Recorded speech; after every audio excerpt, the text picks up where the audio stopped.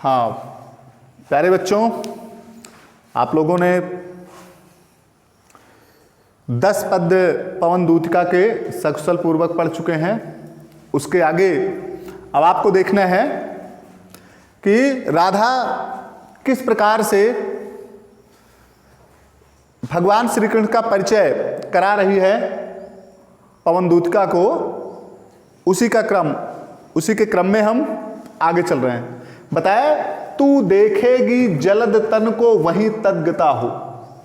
अब देखिए, कभी कभी बीच बीच में आपसे अर्थ पूछ लेता है, किसी शब्द का आपसे अर्थ पूछ लिया जाता है। तो देखिए, जलद और तद्गता 2 शब्द नए इसमें आपको दिखाई पड़ रहे हैं। जलद माने हो जाएगा आपका बादल, और तद्गता माने वहां पहुंच करके, तद माने वहां, तो तद्गता माने वहां पहुंच करके। कहा, राधा ने कहा पवन से कि तुम वहां पहुंच करके बादल के समान शरीर वाले भगवान श्री कृष्ण को देखोगी। जब वहां तुम पहुंचोगी तो बादल के जैसे शरीर वाले भगवान श्री कृष्ण को देखोगी। होंगे लोने नयन उनके ज्योति उत्कीर्णकारी। कहा, उनकी आंखें अत्यंत सुंदर होंगी और आंखों से ज्योति उत्कीर्णकारी, चमकदार आंखें होंगी, दिव्य ज्योति निकल रही होगी उनके आंखों से। और बताया कि मुद्रा होगी वर बदन की मूर्ति सी सौम्यता। बताया क्या होगा भाई, मुद्रा होगी वर बदन।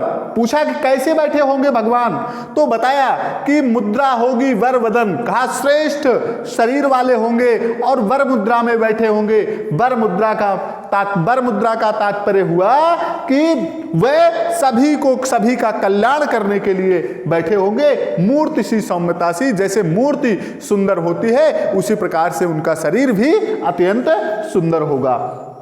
सीधे सादे वचन उनके सिक्त होंगे सुधा से।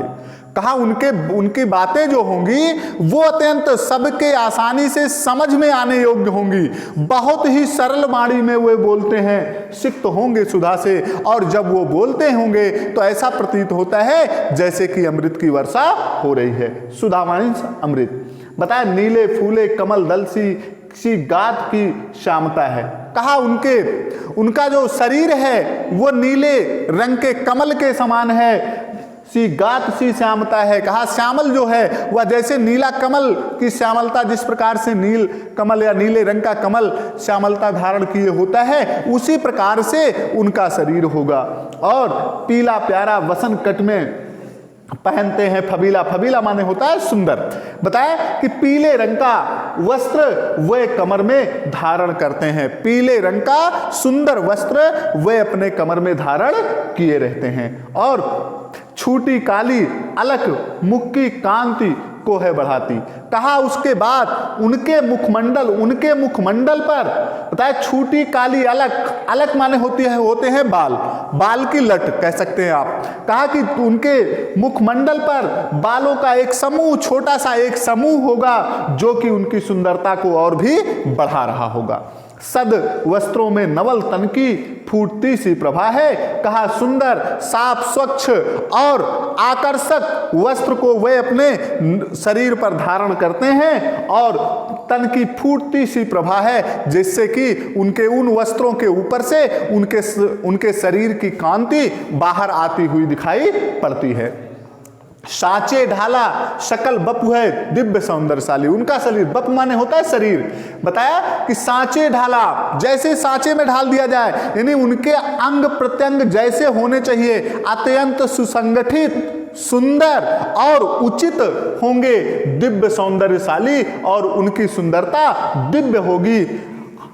सत्पुष्पों से भी उसकी प्राण संपोषिका है। और सत्पुष्पों मतलब कमल के पुष्प के समान उनकी प्राण संपोषिका हैं, यानी सभी का पालन पोषण करने वाले हैं। और दोनों कंधे वृषभ वर्षे हैं बड़े ही सजीले। कहा, उनके दोनों कंधे जो हैं वे वृषभ श्रेष्ठ बैल के जैसे अत्यंत सुंदर हैं। लंबी बाहें कलभ करसी शक्ति की पेटिका हैं। और लंबी बाहें कलभ कर, कलभ माने होता है हाथी।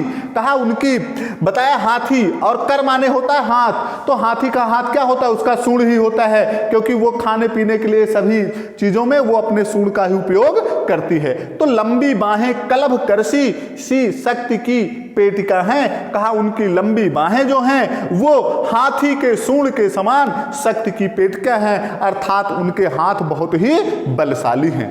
अब ये इसका अर्थ हुआ। फिर इससे संबंधित प्रश्न भी आपसे पूछे जाते हैं। तो अगर पूछ लिया गया कि भगवान श्री कृष्ण के नेत्र कैसे हैं, तो आप बताएंगे कि भगवान श्री कृष्ण के नेत्र अत्यंत सुंदर और ज्योति से युक्त हैं। अगर उनकी बताया कि उनके बदन की सौम्यता, बदन की सुंदरता किससे है, तो आप बताएंगे कि उनकी बदन की सुंदरता मूर्ति के समान है, सुंदर मूर्ति के समान है। और अगर पूछा जाता है कि वह कमर में कैसा वस्त्र धारण करते हैं, तो वह कमर में सुंदर पीतांबर धारण करते हैं। बताया उनके मुखमंडल पर क्या, उनके मुखमंडल की कांति क्या बढ़ा रही है, तो बालों का एक छोटा सा समूह उनके मुखमंडल की कांति बढ़ा रहा है।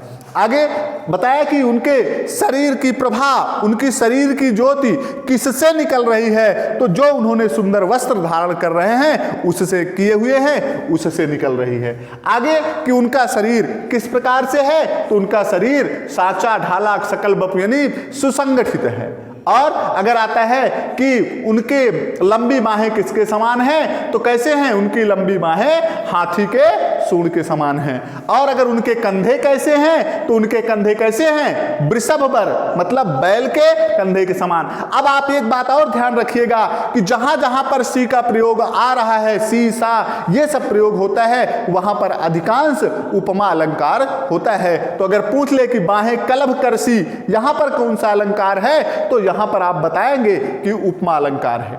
आगे आपको कल मिलेगा। धन्यवाद।